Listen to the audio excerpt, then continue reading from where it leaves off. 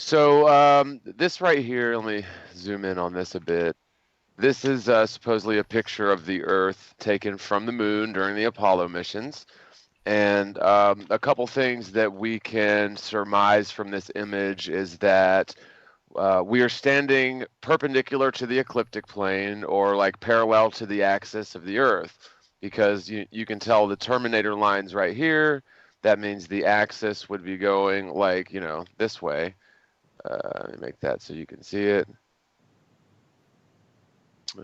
Make it a little larger.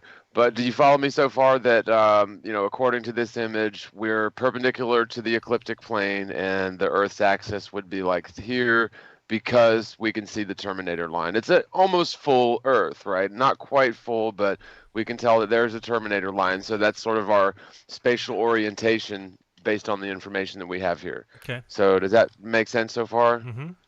Okay, so what that means then is the only way that we're going to be able to get this sort of a view from the moon, like we couldn't be standing. And by the way, because the Earth is fully lit, then we must assume that according to an observer on Earth, it would be like basically a no moon phase. It would be just a barely crescent lit moon, because one face of the moon always faces the Earth, and so if you're standing on the moon looking at a fully lit Earth, then the moon phase, according to an observer on the Earth, must be like new moon, if that makes sense.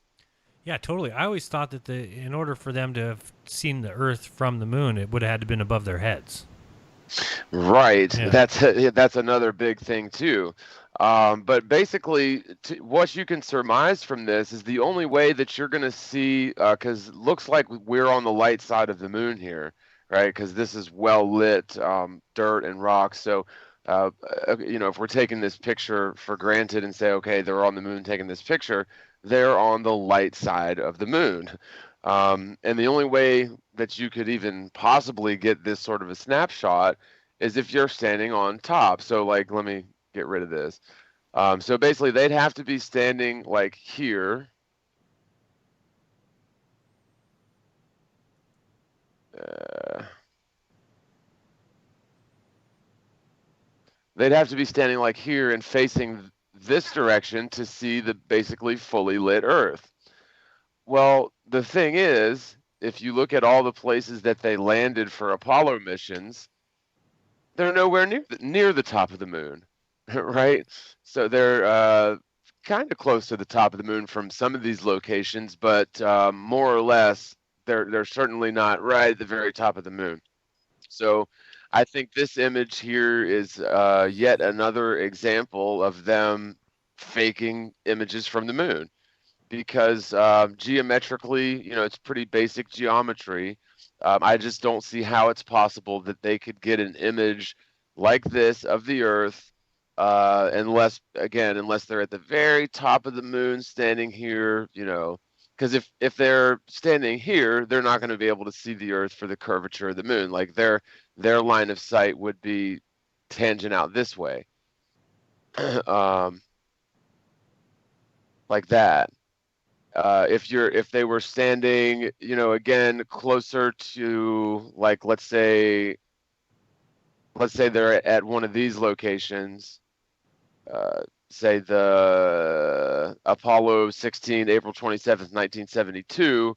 Like if they're down towards the middle of the moon, then their view towards Earth would necessitate that the terminator line be like this. You know what I mean? um, because they'd be standing on the side of the moon, and so they'd see the terminator line, not basically they wouldn't be standing parallel to the axis as they are. So I just thought that, and I'm trying to work this into a video. So forgive me if my thoughts are still a little bit scattered at this point, but hopefully that made sense, that this is just another instance of how the Apollo astronauts are faking, or were faking, images from the moon in order to trick us. To what end, or for what reason, who really knows? But the fact of the matter is I just don't see how they could get this sort of image that we see here from any of these locations that they allegedly landed. So, yeah, hopefully that does that make some degree of sense or Yeah, absolutely. Yeah.